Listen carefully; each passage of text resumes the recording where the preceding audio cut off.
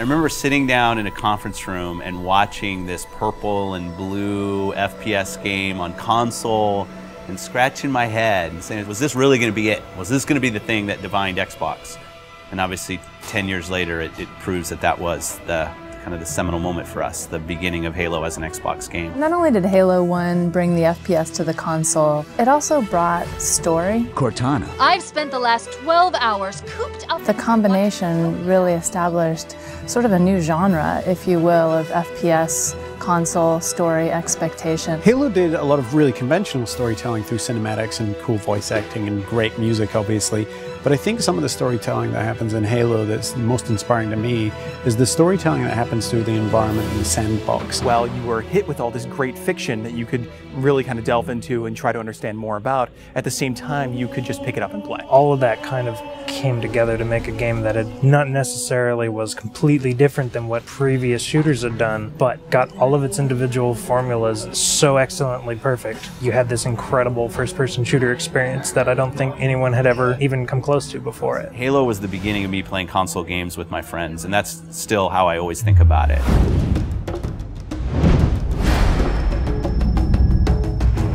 I think people have been asking for a remake of Halo 1 since Halo 2 was announced. I like to go all the way back to the day that Xbox Live came out, and the demand for Halo 1 and the ability to play, say, co-op over Xbox Live kind of started, and it built up over the years and over the years. It was the perfect timing since the 10-year anniversary was coming up. It occurred to us that there's this entire generation of people who never played the original game. If you're an 18-year-old gamer today, you were 8 when Halo came out. We did due diligence on a number of partners. The number one requirement was that it didn't impact gameplay at all. You have a classic, you have something that's just magical, right? If you go and tinker with it, you're going to lose that magic. What we really needed was someone who could work with our existing physics and gameplay engine. Saber popped up really quickly. They're like, yeah, we can do this. We can make the game look like a current generation game, and we can do it by using the original Halo 1 engine. The gameplay in Halo 1 is what's called deterministic. In other words, if you feed the engine the same input, the game will behave in the same way. And if you can apply this principle across a network, you can have two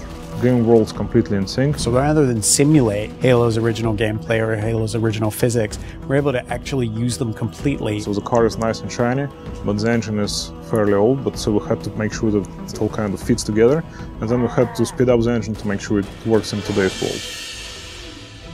We've done some deliberate things. The library is easier to navigate now. We use lighting and textures to make it a little bit simpler. The pillars are covered in holograms on one side, or they're more decorated on the other side. From what we've noticed, it actually seems to help people that aren't familiar with the library figure out where they're going. Truth and Reconciliation is one of the best examples I can give. If you come to that first interaction and then you make your way towards a cliff, you can look up and see this unbelievable skybox. And so having all these updated graphics has really made the game, to me, just more immersive. I still remember the first time I saw someone switch to graphics. I didn't know that was actually going to be a feature until I saw someone do it. In a lot of ways, it was a very, very fine balancing act. Because again, we're running all the original Halo 1 animations, so it's the original Halo 1 skeletons for those characters needed to be rebound into the updated meshes that we had brought over from Halo Reach and from Halo 3. For example, the Elite actually has an elongated neck, so they're a little bit more squat and compact.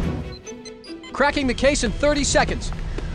Welcome back, sir. We'll have you battle ready stat. Master Chief's iconic, and he has to look like a hero, and he has to look just right. Chief's armor was a tough process. We went back and forth on that for a long time. Originally, we were using a Mark V armor that's built in the multiplayer component of Reach. We just kept coming back, and it just didn't look like Master Chief. The first stuff we put out around E3, I think the forum reaction was instantly, Chief looks wrong, his visor's too big, the color's all wrong. Some people thought we were doing it intentionally as a retro. If you saw the original Chief from like 1999 era, he had a really tall, very matte reflective helmet. It actually looked similar to that. The thing about this group working on this project is that we are very, very passionate about getting this right. We iterated on that probably 6-7 months before we finally got a final Chief's armor that I think looks awesome. One of the number one asks that we had for a Halo remake was we want co-op over live. The original Halo 1 campaign experience had already been designed for cooperative play. You notice when you were getting out of the initial cryotube, there's actually 2 cryotubes for the first cinematic. It definitely creates another challenge for us when you're playing with somebody else, but we obviously wanted to support that. The code base was built 10, if not 15 years ago, so we had to figure out how this code base is structured, how it was designed. We had a lot of people work really long hours to make it happen and to really code it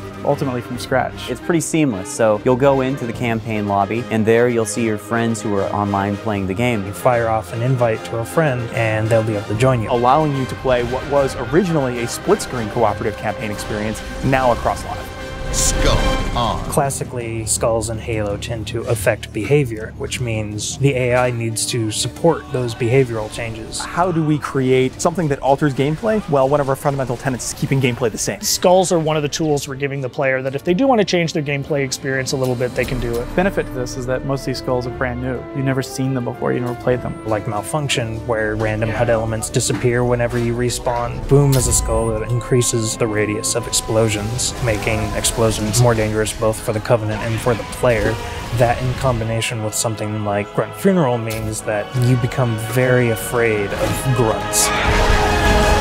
We must continue. This way, please. There are a few features that got into the game that turned out better than we expected, and 3D is probably the number one. It was unexpected, it was a bonus, and I don't see 3D very well, but it really worked for me. So for some reason it just pops in Halo in a way that it doesn't in other games or even movies.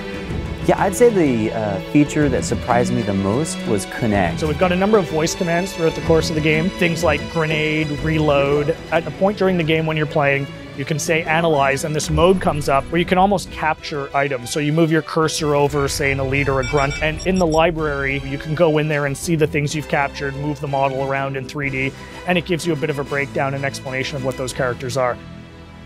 For me, when I think about Halo, I think about looking around and just the scope and the scale of everything. This is the game that started it all, and people can really dive in and play and remember what it was like to play it 10 years ago, and if you didn't play it 10 years ago, you can see what it was like 10 years ago. It's the quintessential walk down memory lane with a much better visuals. Ultimately, the thing you learn is it doesn't just look modern, it feels completely modern. Completely remastered campaign, great additional features like co-op over live, skulls, terminals, 3D, Connect, and multiplayer. Once you see it for yourself, I don't know, really, it's a pretty awesome experience.